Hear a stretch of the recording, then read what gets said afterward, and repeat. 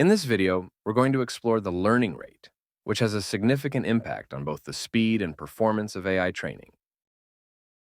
The process of optimizing an AI model involves minimizing the cost function, which represents the difference between the actual and predicted values, through an iterative approach. The minimization of the cost function is determined by finding the point where the slope of the tangent becomes zero.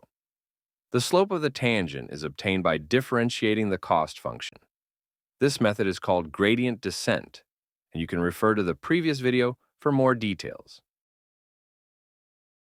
As explained in the previous slide, the weights and biases of an AI model are updated by differentiating the cost function, iteratively adjusting them until they converge to optimal values, based on the following equation. As shown in this equation, we take the partial derivative of the cost function, multiply it by alpha, and subtract it from the current weight to obtain the new weight. If the partial derivative of the cost function is positive, it means the model needs to move to the left, causing the weight to decrease.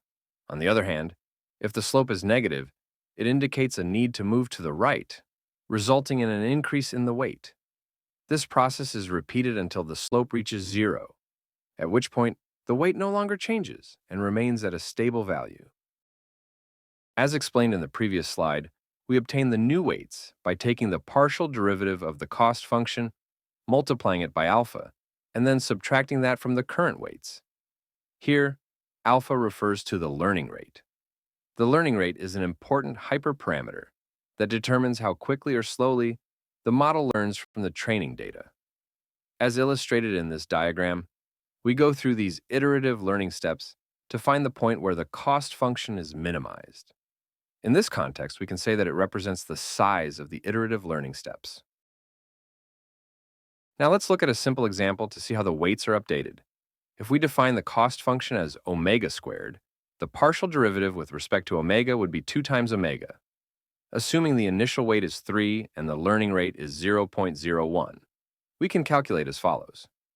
The partial derivative value is 2 times 3, which equals 6. When we multiply this by the learning rate of 0.01 and subtract it from the initial weight of 3, we get 2.94. Next, the new partial derivative value is 2 times 2.94. After multiplying by the learning rate of 0.01 and subtracting this from the previous weight of 2.94, we end up with 2.88. Using this method, you can see that the weights gradually decrease. Now, let's see how the weights are updated when the learning rate changes. Let's calculate the weights using the previously explained method for 3 cases: a learning rate of 0.001, 0.01, and 0.1. When the learning rate is at its smallest value of 0.001, the final weight is 2.92. With a learning rate of 0.01, the final weight becomes 2.35. Lastly, with the largest learning rate of 0.1, the weight drops to 0.2. This shows that as the learning rate decreases, the speed of weight updates slows down. Conversely, as the learning rate increases, the speed of weight updates accelerates. In other words, the learning rate affects the size of the learning steps, and a larger learning rate results in bigger steps, causing the weights to change more quickly.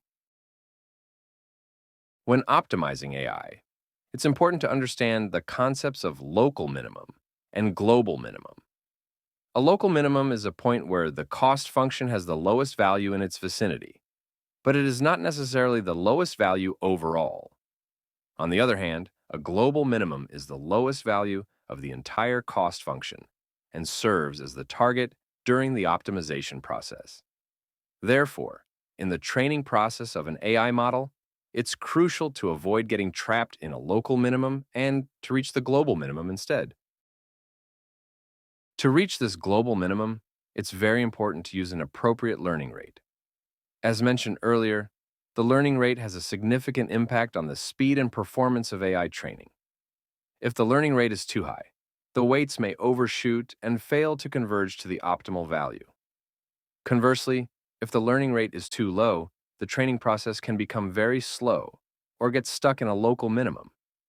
Therefore, when training an AI model, selecting the right learning rate is crucial to reaching the global minimum. In practice, you might start the learning rate at 0.01 and then adjust it to values like 0.05, 0.1, 0.005, or 0.001.